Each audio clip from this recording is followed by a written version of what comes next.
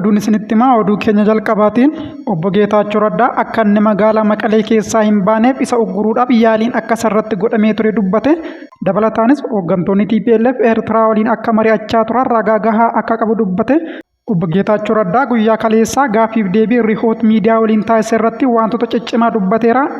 Wantoota inni dubbates muraasa isaa kanan isin dhaggeeffachiisu ta'a gadhumatti na waliin tura. Oduu keenya kan biraatiin ammoo dhaabbanni fayyaa addunyaa biyyoota 8 hanqinni dhiyeessii yaala dhibee HIV qunnamuu danda'a jedhe gabaasa dhaabbata fayyaa addunyaa kanan isiniif gabaasu ta'a. Oduu keenya kan xumuraatiin haleellaa har'a ganama Israa'el Gaazaa irratti raawwatteen namoonni du'an 330 ga'uun isaa gabaafame. Dhimma kanas bal'inaan kanan isiniif gabaasu ta'a. Akkam jirtu daawwattoota burqaa oduu chaanaalii keenya chaanaalii burqaa oduu irratti oduu dhugaatee guyyaa guyyaadhaan kan argattan ta'a. Warri chaanaalii keenyaaf haaraa taatan chaanaalii keenya sabiskiraayib godhaa. Akkasumallee viidiyoo kana laayik gochuudhaan jalqabaa. Itti aansuudhaan bal'ina oduutti kanan darbu ta'a. Oduu keenya jalqabaatiin Pireezidaantiin bulchiinsa yeroo Tigraay obbo Geetaachoo Raddaa gaaffii fi deebii Rihoot miidiyaa irratti guyyaa kaleessaa godheen haala Tigraay amma keessa jirtu irratti waan baay'ee kaaseetu jira. Gaaffilee hedduunis kan isaaf dhiyaatan yoo ta'u, gaaffilee isaaf dhiyaataniifis deebii kenneetu jira.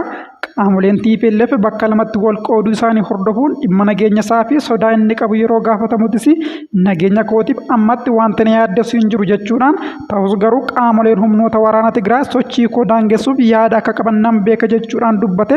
Obbo Geetaachoo Raddaa tibbana wayita magaalaa Maqalee gadhiisee gara Finfinnee dhufuuf jedhuttis keellaa kaa'anii akka inni magaalaa Maqalee keessaa hin baaneef yaaliin akka sarratti godhame ibsuudhaan qaamolee waraanaa kanneen TPLF wajjin hojjetan akka inni magaalaa Maqalee keessaa hin baaneef isa ugguruuf yaaliin akka godhamee ture dubbate. Gochichi kan nama saalfachiisuu fi balaaleffatamuu qabudhas jedheetu jira.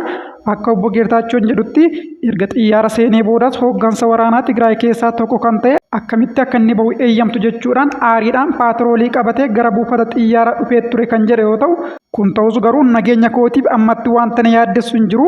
Qaamoleen humnoota waraana Tigraay sochii koo daangessuuf yaada akka qaban garuu sirriittan beeka jechuudhaan dubbate. Qaamoleen tokko tokkos obbo Geetaachoon baqateet Maqalee keessaa bahee gara Finfinnee dhufe kan isaan jechaa jiran yoo ta'u, obbo Geetaachoo Raddaa garuu gara Finfinnee kanan dhufe baqachuuf osoo hin taane muummeen ministeeraa Dr. Abiyyi Ahmad qaamaan wal agarra jedhee waan na waameefan dhufe jedhe. Erga gara Finfinnee dhufeetis muummee ministeeraa Abiyyi Ahmad faana wal arguudhaan marii gabaabaa akka isa waliin gaggeessee jiru beeksiseera.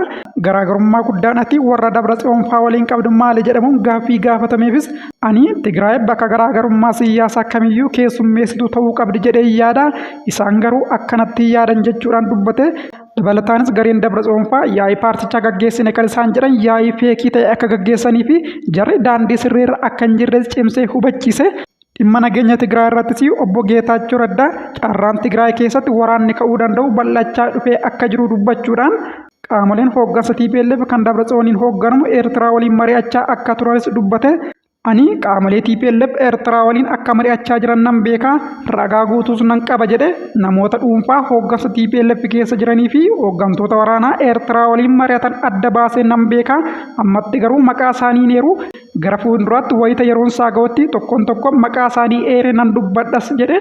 Mootummaan federaalaa dhimma Tigraayiif xiyyeeffannoo akka kennuu qabu. Raayyaan ittisa biyyaa gara Tigraay seenuun aggaammii qaamota alaarraa Tigraay irratti aggaamamu salphisuuf nu fayyada jechuudhaan raayyaan ittisa biyyaa sochii Eertiraan Tigraay irratti taasistu akka qolachuu qabu hubachiise. Oduu keenya kan biraatiin dhaabbanni fayyaa addunyaa biyyoota 8 hanqinni dhiyeessii yaala dhibee HIV qunnamuu danda'a jedhe. Dhaabbanni deeggarsa misooma Ameerikaa yookiin USAID addaan cituu hordofee biyyoonni 8 dhiyeessii yaala dhibee HIV jalaa dhumuu danda'a jechuun dhaabbanni fayyaa addunyaa akeekkachiiseera. Dhaabbatichi ji'oota itti aanan keessatti biyyoonni akka Heeyitii, Keeniyaa, Leeseetoo, Sudaan Kibbaa, Burkiinaa Faasoo, Maalii, Naayijeeriyaa fi Yuukireen dhiyeessii yaala HIV jalaa dhumuu akka danda'u ibseera. Daayirekteerri olaanaan dhaabbata fayyaa addunyaa Dr. Teediroos Adhaanoom ibsa gaazexeessitootaaf kennan irratti hanqinni sagantaalee HIV irratti mul'atu kan dadhabbii waggaa 20 dabarsee duubatti deebisuu danda'udha jechuudhaan sodaa qabu ibsateera. Kunis namoonni dabalataan miliyoona 10 ol ta'an dhibee HIVf akka saaxilaman akkasumas sababa vaayirasii kanaan namoonni miliyoona 3 ol akka du'an gochuu danda'as jedhaniiru. Oduu xumuraatiin haleellaa har'a ganama Israa'el Gaazaa irratti raawwatteen namoonni du'an 330 gahanii. Israa'el har'a lafa barii haleellaa cimaa Gaazaa irratti raawwatteen lakkoofsi namoota du'anii dabalaa kan jiru yoo ta'u, ministeerri fayyaa Gaazaa hanga ammaa namoonni 330 du'uu fi ammayyuu ragaalee hospitaalarraa sassaabataa jiraachuu beeksise. kanneen du'an keessaa ijoolleen 50 olii fi dubartoonni 28 akka ta'an ibsuudhaan kanneen madaan hedduu ta'us beeksiseera. Haleellaa qilleensarraa walitti fufinsaan lafa badiirraa ka'uun Israa'el gaggeessaa turtes yeroo ammaa kana garuu qabbanaa'uunis himame. Hamaasis ibsa baaseen Israa'el waliigaltee dhukaasa dhaabuu cabsuun haleellaa raawwachuu ibsuudhaan egereen namoota butamanii isa harka jiranii yaaddessaa akka ta'es kaaseetu jira. Egaa daawwattoota keenya oduu gabaabaan sa'aatii kanaaf isiniif qindeesse kan hagammaatti hordoftanidha. Sa'aatii muraasa booda oduu biraatiin nagaa walitti deebinutti nagaan na tura.